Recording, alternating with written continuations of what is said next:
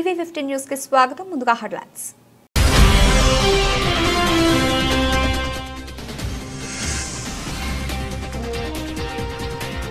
భారత్ను చూసి నేర్చుకోవాలి, ఇండియాపై ఎలాన్ మస్క్ ప్రశంసల జల్లు.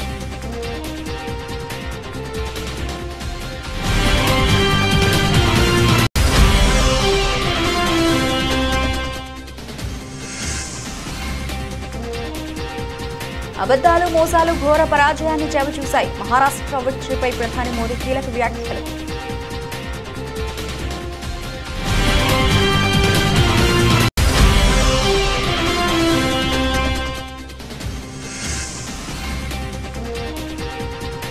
నరం లేని నాలుక ఏదైనా మాట్లాడుతుంది. రేవంత్ రెడ్డిపై కేటీఆర్ ఫైట్.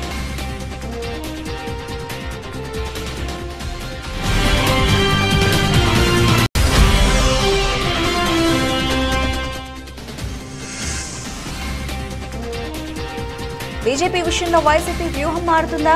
ఏపీ పాలిటిక్స్ లో ఆసక్తికర చర్చ.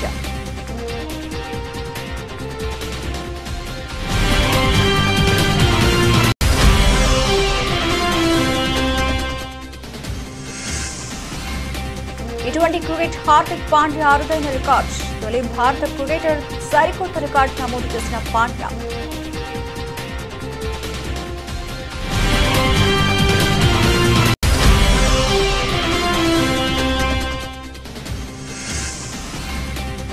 వచ్చేసిన game changer next song update. నెట్టింట వైరల్ అవుతున్న కొత్త పోస్టర్.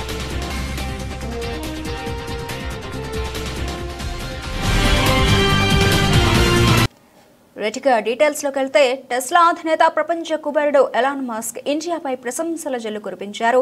ఇటీవల అమెరికాలో జరిగిన ఎన్నికల్లో రిపబ్లికన్ పార్టీ అధ్యక్ష అభ్యర్థి డొనాల్డ్ ట్రంప్ విజయం సాధించడంలో మస్క్ కీలక భూమిక పోషించిన విషయం తెలిసిందే. ఈ క్రమంలో త్వరలో కొలువుదీరనున్న తన కేబినెట్ లో మస్క్ కీలక బాధ్యతలను ట్రంప్ అప్పగించారు. తాజాగా ఎలాన్ మస్క్ ఎక్స్ వేదికగా భారతదేశం ఎన్నికల ప్రక్రియపై ప్రశంసలు కురిపించారు. ఈ నెల ప్రారంభంలో అమెరికాలో అధ్యక్ష ఎన్నికలు జరిగితే విషయం తెలిసిందే. డొనాల్డ్ ట్రంప్ భారీ మెజారిటీతో విజయం సాధించారు. ఆయన వచ్చే ఏడాది జనవరి 20న రెండోసారి అమెరికా అధ్యక్షుడిగా బాధ్యతలు స్వీకరించనున్నారు. అయితే కొన్ని చోట్ల ఇంకా ఆ దేశంలో ఓట్ల లెక్కింపు ప్రక్రియ కొనసాగుతూనే ఉంది.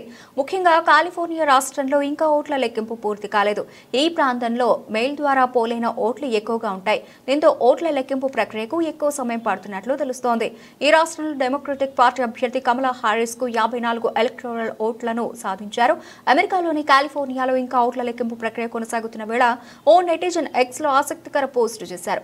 భారతదేశంలో ఒక్క రోజులోనే 640 మిలియన్ల ఓట్లను ఎలా లెక్కించారు అనే శీర్షికతో కూడిన ఓ వార్తాపత్రిక క్లిప్ ను సోషల్ మీడియాలో పోస్ట్ చేశారు.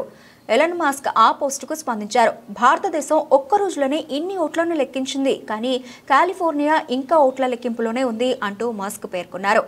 ఈ క్రమంలో భారత్లో ఎన్నికల ప్రక్రియపై ప్రశంసల జల్లు కురిపించారు మస్క్. దీంతో ఎలాన్ మస్క్ పోస్ట్ సోషల్ మీడియాలో వైరల్ అవుతోంది.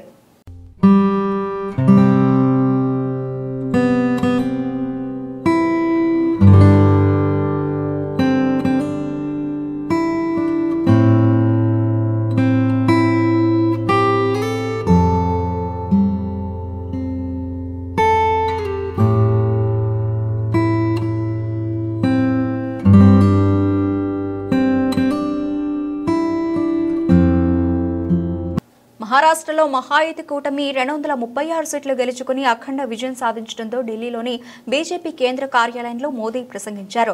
మహారాష్ట్రలో అభివృద్ధి, సుపరిపాలన, సామాజిక న్యాయం విజయం సాధించాయని, అబద్దాలు మోసాలు ఘోర పరాజయాన్ని చవిచూశాయని వ్యాఖ్యానించారు. కాంగ్రెస్ కుల రాజకీయాలను ప్రోత్సహిస్తోందని మోదీ చెప్పారు. అభివృద్ధికే ప్రజలు పట్టం కట్టారని, ప్రతికూల ధోరణితో చేసే రాజకీయాలు ఓడిపోయాయని అన్నారు. అభివృద్ధి చెందిన దేశంగా భారత్ను రూపుదిద్దాలన్న సంకల్పాన్ని మహారాష్ట్ర బలపరిచిందని తెలిపారు. దేశవ్యాప్తంగా ఉన్న బీజేపీ ఎన్డీఏ కార్యకర్తలందరికీ అభినందనలు తెలుపుతున్నానని మోదీ చెప్పారు. మహారాష్ట్ర అసెంబ్లీ ఎన్నికలే కాకుండా ఇవాళ చాలా రాష్ట్రాల ఉప ఎన్నికల ఫలితాలు కూడా వచ్చాయని గుర్తు చేశారు. ఉత్తరప్రదేశ్, ఉత్తరాఖండ్, రాజస్థాన్లో ప్రజలు బీజేపీకి గట్టి మద్దతునిచ్చారని తెలిపారు. అసోం ప్రజలు బీజేపీపై తమ విశ్వాసాన్ని మరోసారి చాటుకున్నారని అన్నారు. మధ్యప్రదేశ్లోనూ విజయం సాధించామని చెప్పారు. బీహార్లో ఎన్డీఏకు మద్దతు పెరిగిందని, దేశం ఎప్పుడు అభివృద్ధిని మాత్రమే కోరుకుంటోందని దీన్ని బట్టి తెలుస్తోందని తెలిపారు. साथियों, भारत की राजनीति में अब कांग्रेस पार्टी परजीवी बनकर रह गई है।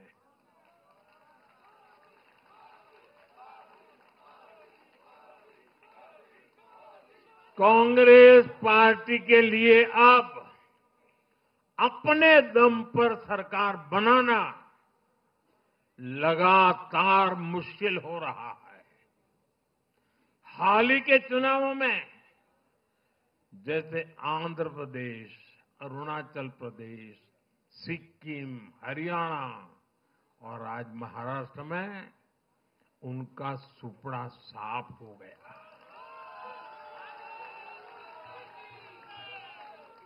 कांग्रेस की घिसी पीटी विभाजनकारी राजनीति फेल हो रही है, लेकिन फिर भी कांग्रेस का अहंकार देखिए, उसका अहंकार 7वें आसमान पर है।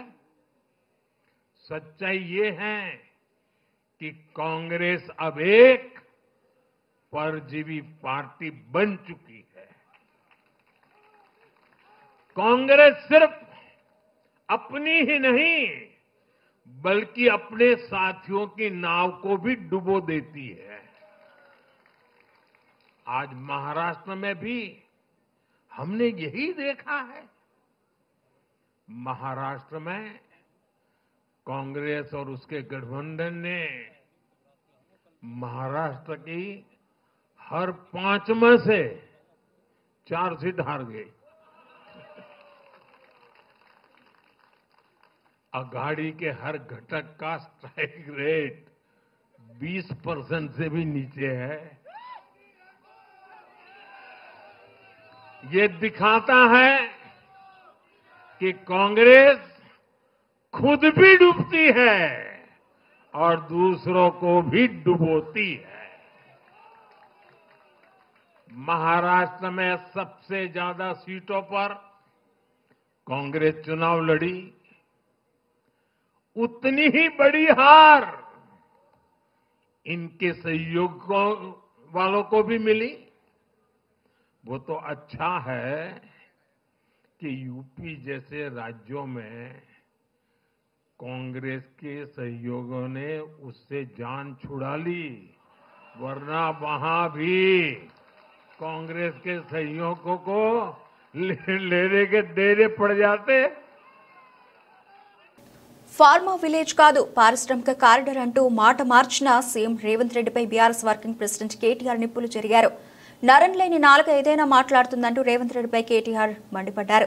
సీఎం రేవంత్ రెడ్డిది నోరైతే నిజాలు వస్తాయి, అదే మూసి అయితే మాటలే వస్తాయని కేటీఆర్ విమర్శించారు. పిల్ల చేష్టలు, గారడి మాటలు, లక్ష్యం లేని చర్యలతో రాష్ట్రాన్ని ఆగం చేస్తున్నాడంటూ ఆగ్రహం వ్యక్తం చేశారు. నీ ప్రభుత్వం విడుదల చేసిన గెజెట్ నోటిఫికేషన్ కొడంగల్లో భూసేకరణ ఫార్మా విలేజ్ల కోసం అని స్పష్టంగా వెల్లడిస్తోంది. ఫార్మా క్లస్టర్ ఏర్పాటు చేస్తామని పలుమార్లు పలు వేదికల మీద ప్రకటనలు చేస్తేవి అని మండిపడ్డారు కేటీఆర్. తొండలు గుడ్లు పెట్టని భూములు అంటూ భాతకాన్ని కొడితివి. మీ అన్న తిరుపతి లగచర్ల చుట్టుపక్కల గ్రామాల్లో తిరిగి ప్రైవేటు సైన్యంతో పోలీసు బలగాలతో కలిసి భూములు ఇవ్వాలని రైతులను బెదిరించలేదా?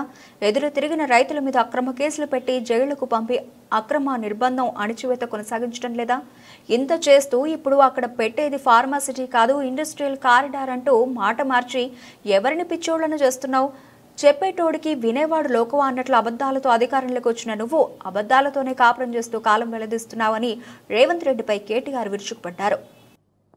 సంపన్న వర్గాల దాకా ప్రతి ఒక్కరు కూడా వాళ్ళ బాధపడుతున్న రోజు కాంగ్రెస్ ప్రభుత్వంలో తెలంగాణలో కనబడతా ఉంది. అందుకే ఈ దీక్షా దివస్ నుండి స్ఫూర్తి పొంది 15 ఏళ్ల కిందట కేసీఆర్ గారు ఎట్లయితే ఆనాడు తన సంకల్ప బలంతో అందరినీ కూడా ఒప్పించి మెప్పించి అందరినీ కలిపి ఏ రకంగానైతే ముందుకు పోయినామో అదే పద్ధతిలో కాంగ్రెస్ కబంధ హస్తాల నుండి 4 కోట్ల తెలంగాణ ప్రజలను కాపాడుకోవడానికి మరో సంకల్ప దీక్ష కూడా చేపట్టాల్సిన తరుణం ఆసన్నమైంది. ఆనాడైనా ఈనాడైనా ఏనాడైనా తెలంగాణకు పెద్దలు ప్రొఫెసర్ జయశంకర్ గారు ఇప్పుడు చెప్పేది స్వీయ రాజకీయ అస్తిత్వమే శ్రీరామ రక్ష అని చెప్పేది.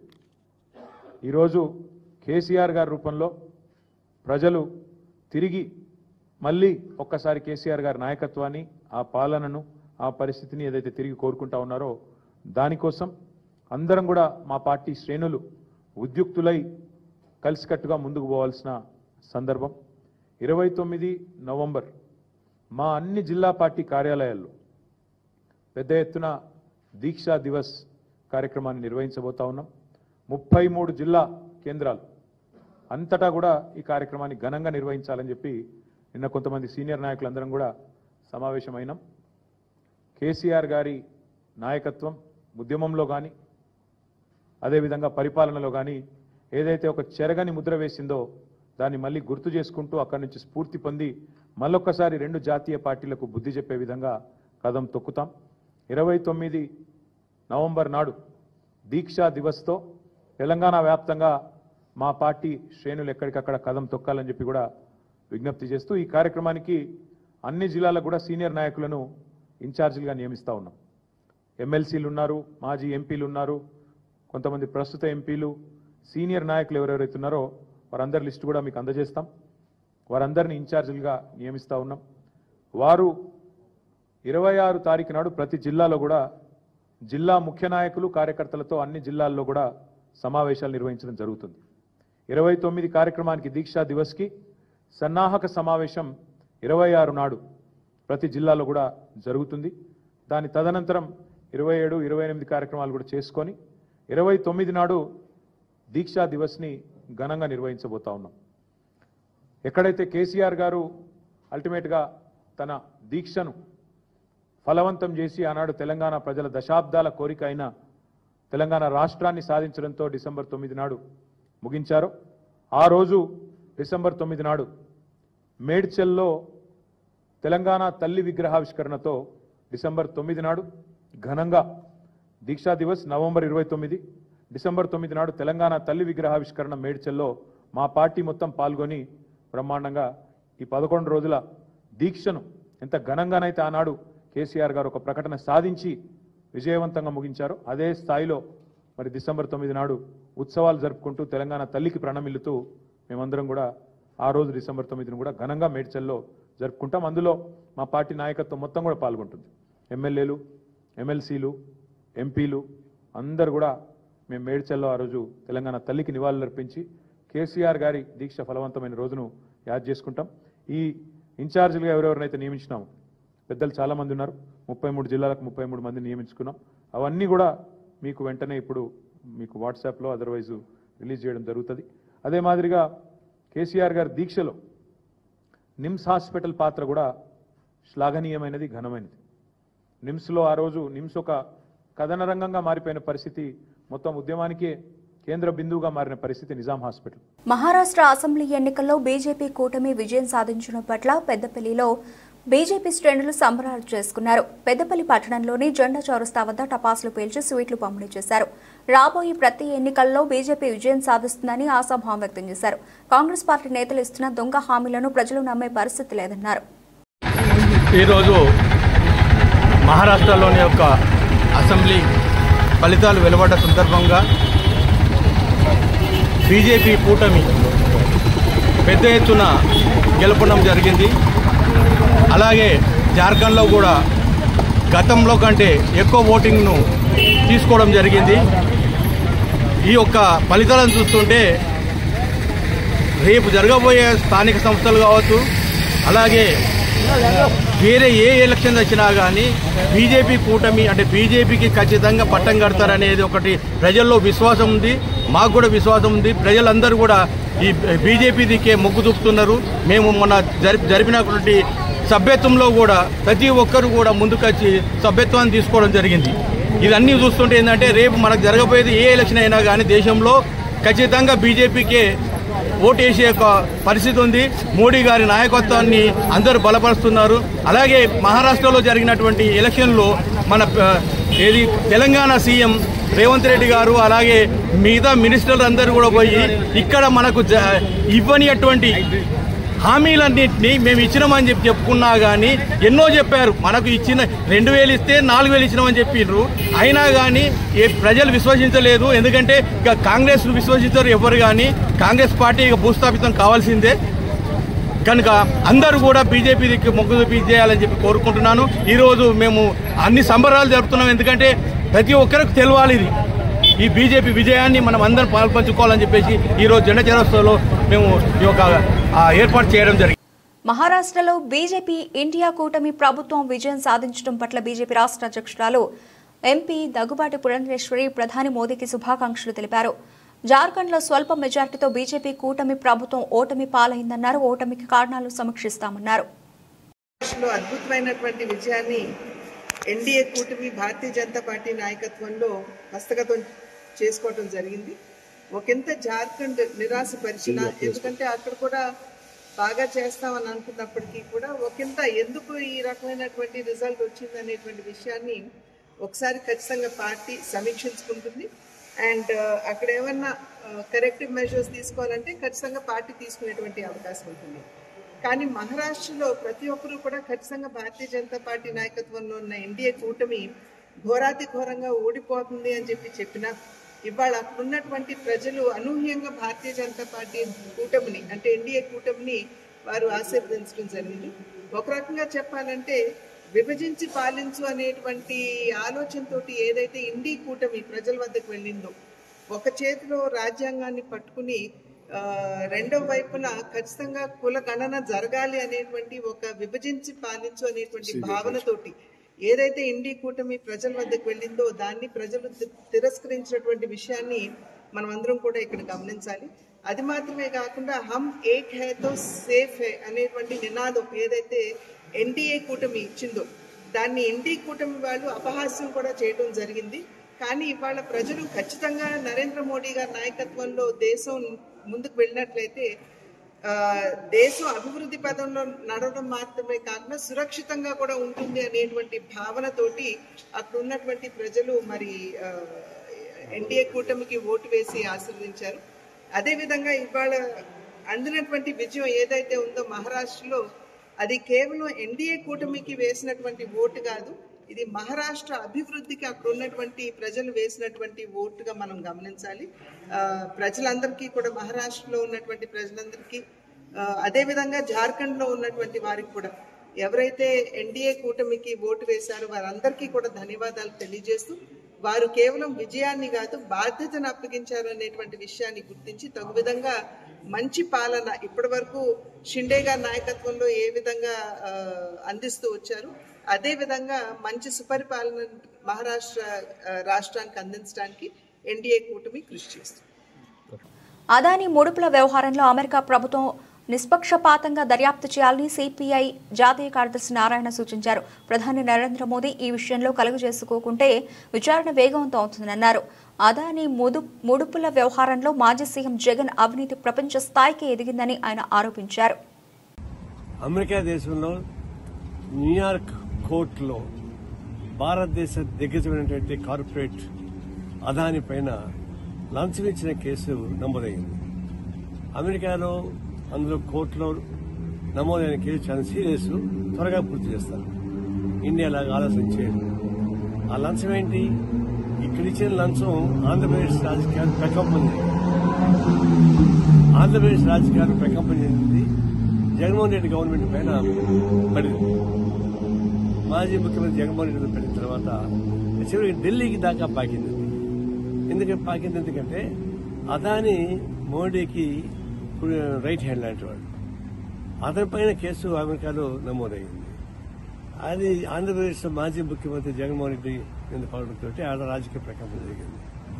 దీనికి ఢిల్లీ కూడా ప్రభావం చెందింది. ఎందుకంటే మోడీకి అనుకూలంగానే జగన్మోహన్ రెడ్డి ఉన్నాడు, మోడీకి నిజమైన శిష్యుడిగా అదానీ ఉన్నాడు. మరి లంచం కేసు మన దగ్గరికి వచ్చింది.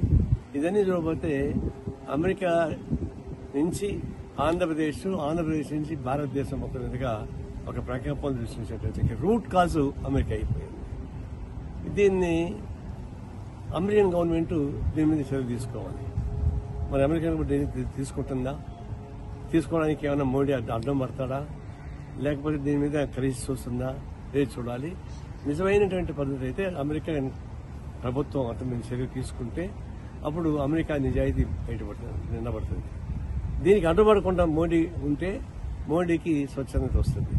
అది లేకుండా పోతే ఇటుపోయి చివరికి ఈ అమెరికాలో ఉన్న ప్రభుత్వం కానీ మోడీ కానీ కొమ్మొక్కై అవినీతిని రూపుమాడానికి ప్రయత్నించగలిగిన తప్ప ఇంకోటి కానీ కాదు. దీన్ని తక్షణం ఈ పరిష్కారం చేయడానికి ఉపయోగపడే వృత్తిలో ప్రజా ఉద్యమం పెద్ద ఎత్తున రావాలని మేము కోరుతా ఉన్నాం.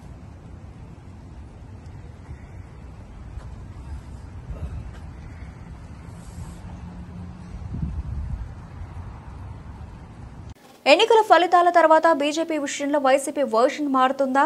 ఎన్నికల్లో ఏపీలో అధికారాన్ని కూటమి ప్రభుత్వం కైవసం చేసుకున్న నేపథ్యంలో వైసీపీ ఇప్పటికైనా తన పొలిటికల్ స్టాండ్ మార్చుకుంటుందా? అధికారంలో ఉన్నప్పుడు వైసీపీ బీజేపీకి వెనుదన్నుగా నిలిచింది. పొత్తు లేకున్నా పొత్తులో ఉన్నట్లే అని బిల్లులకు వెనుక ముందు ఆలోచించకుండా మద్దతిచ్చింది. ఎన్డీఏ ప్రభుత్వం అధికారంలోకి రాగానే రాజకీయాలతో సంబంధం లేదని, పరిపాలనపరమైన అంశాల్లో మద్దతిస్తామని జగన్ పదే పదే చెబుతూ వచ్చారు. విశాఖపట్నం వేదికగా జరిగిన బహిరంగ సభలో సైతం వైఎస్ జగన్మోహన్ రెడ్డి ఇదే అంశాన్ని స్పష్టంగా ప్రకటించారు. అయితే ఎన్నికలకు సమయం దగ్గర పడే కొద్దీ ఏపీలో పరిణామాలు మారిపోవడం, పొత్తులపై దాదాపు స్పష్టత రావడంతో చివరిగా పొత్తులో 3 పార్టీలు కలిసి కూటమిగా అడుగులు వేశాయి. దీంతో ఏపీలో అనూహ్యంగా కూటమి ప్రభుత్వం అధికారంలోకి రాగా వైసీపీ కేవలం 11 సీట్లకు మాత్రమే పరిమితం కావాల్సి వచ్చింది. అయితే శాసనసభలో దాదాపు పట్టుకోల్పోయిన వైసీపీకి అటు పెద్దల సభల్లో మాత్రం ఎక్కడా తన ప్రభావం తగ్గలేదు. ముఖ్యంగా అటు మండలి ఇటు రాజ్యసభలో తన పట్టును కొనసాగిస్తూ వచ్చింది. అయితే మండలిలో కూటమి ప్రభుత్వాన్ని టార్గెట్ చేస్తూ పెద్దల సభలో పోరాటం చేస్తున్న వైసీపీ ఇప్పుడు రాజ్యసభలో ఎలా వ్యవహరిస్తుంది అన్నది రాజకీయాల్లో ఆసక్తి నెలకొంది. ఇదిలా ఉంటే వైఎస్ఆర్ కాంగ్రెస్ పార్టీ మాత్రం ఇప్పుడు జరగబోయే పార్లమెంట్ సమావేశంలో తమ వాణిని బలంగా వినిపిస్తామని స్పష్టం చేస్తోంది. ప్రధానంగా ఏపీలో నెలకొన్న తాజా పరిణామాలు, రాష్ట్రానికి జరుగుతున్న అన్యాయాన్ని పార్లమెంటు వేదికగా ప్రస్తావిస్తామని వైసీపీ స్పష్టం చేసింది. ఇటీవల వైఎస్ జగన్మోహన్ రెడ్డితో భేటీ అయిన ఎంపీలకు ఇదే దిశానిర్దేశం చేశారు. రాష్ట్రంలో నెలకొన్న తాజా పరిస్థితులను పార్లమెంటులో ప్రస్తావించడంతో పాటుగా రాష్ట్రానికి జీవనాడిగా ఉన్న పోలవరం, ప్రత్యేక హోదా, విశాఖ స్టీల్ ప్లాంట్ ప్రైవేటీకరణ, సోషల్ మీడియా పేరుతో వేధింపులకు దిగిన అంశాలను పార్లమెంటు వేదికగా ఎండగడతామని స్పష్టం చేసింది. ఇక వాటితో పాటుగా కేంద్ర ప్రభుత్వం ప్రవేశపెట్టబోతున్న వక్ఫ్ బిల్లుకు సంబంధించిన అంశాన్ని సైతం పార్లమెంటులో ప్రస్తావిస్తామని, ఆమోదం తెలిపే ప్రసక్తి లేదని వైసీపీ స్పష్టం చేస్తోంది. కూటమి ప్రభుత్వం ఏపీలో అధికారంలోకి వచ్చిన తర్వాత రాష్ట్రంలో నెలకొన్న పరిణామాలకు సంబంధించిన అంశాలను పార్లమెంటులో ప్రస్తావించడంతో పాటుగా ఏపీకి సంబంధించిన ప్రయోజనాలే లక్ష్యంగా అడుగులు వేస్తామని ప్రకటించింది. తాజా పరిణామాల నేపథ్యంలో వైసీపీ స్పష్టంగా ఈ అంశాలపైన తమ వాణిని వినిపిస్తామని చెబుతున్నా ఏపీలో టీడీపీ తమ ప్రత్యర్థిని భావిస్తున్న వైసీపీ బీజేపీతో సఖ్యత విషయంలో ఎన్నికల ఫలితాల తర్వాత ఎదురవుతున్న పరిణామాలు ఇబ్బందికరంగానే మారాయి. తాజాగా పార్లమెంట్లో ఆయా బిల్లులకు వ్యతిరేకంగా వైసీపీ తమ వాణిని వినిపించినా లేదా ప్రత్యేక హోదా, స్టీల్ ప్లాంట్ ప్రైవేటీకరణ, వక్ఫ్ బిల్లు, సోషల్ మీడియా కేసులు లాంటి అంశాలను ప్రస్తావించినా కూడా బీజేపీకి వ్యతిరేకంగా గొంతు ఎత్తినట్లే అవుతుంది. కాబట్టి బయట ప్రకటన చేసినట్లు పార్లమెంటు వేదికగా వైసీపీ ఎంపీలు తమ నిరసన గళాన్ని వినిపిస్తారా లేదా అనేది వేచి చూడాల్సి ఉంది.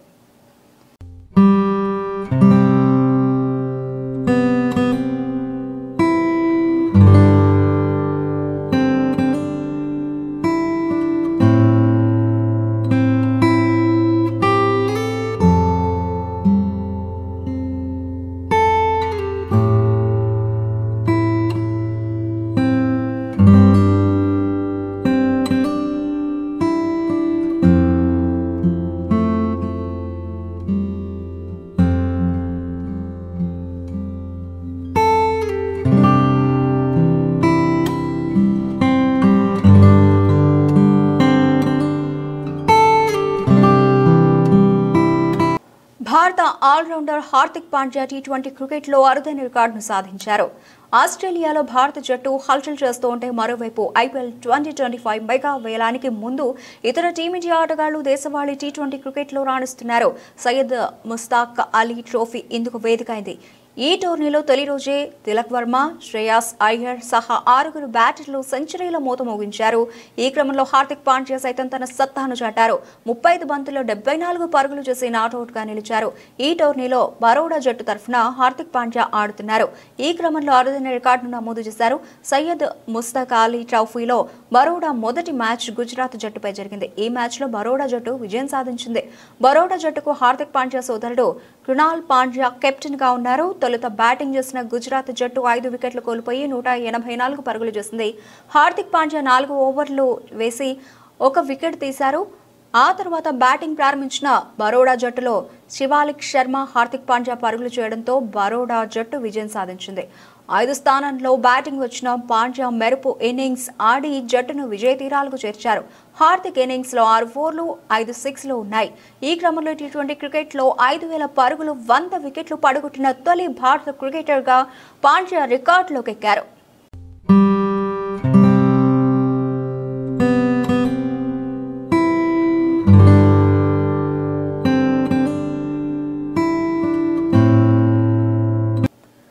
రామ్ చరణ్ గేమ్ చేంజర్ సినిమా జనవరి 10న రిలీజ్ కానుంది. ఈ సినిమా కోసం మెగా ఫ్యాన్స్ ఎంతో ఆతృతగా ఎదురు చూస్తున్నారు.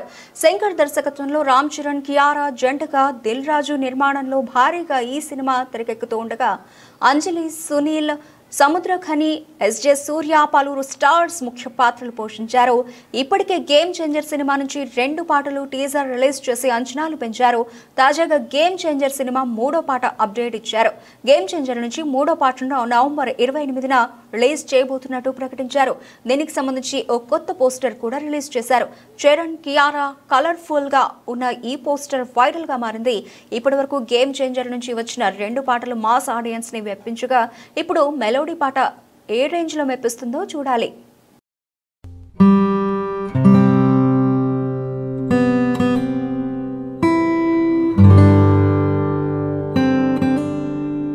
బులెటిన్ ముగించే ముందు హెడ్లైన్స్ మరోసారి.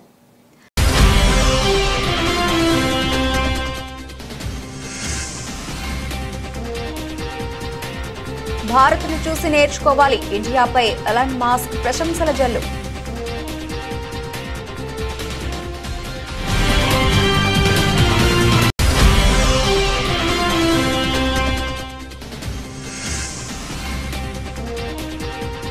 అబద్ధాలు, మోసాలు ఘోర పరాజయాన్ని చవిచూశాయి. మహారాష్ట్ర విక్టరీపై ప్రధాని మోదీ కీలక వ్యాఖ్యలు.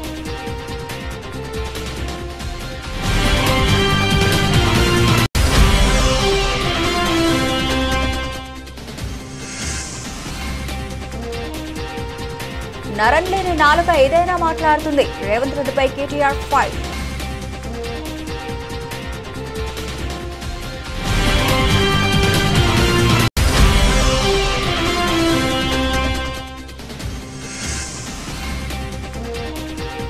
బీజేపీ విషయంలో వైసీపీ వ్యూహం మారుతుందా? ఏపీ పాలిటిక్స్ లో ఆసక్తికర చర్చ.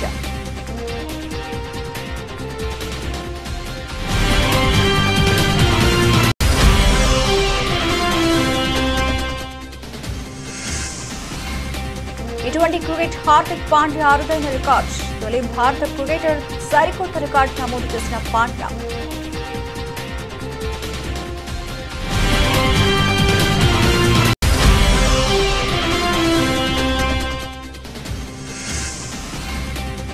వచ్చేసిన game changer next song update. నెట్టింట వైరల్ అవుతున్న కొత్త పోస్టర్.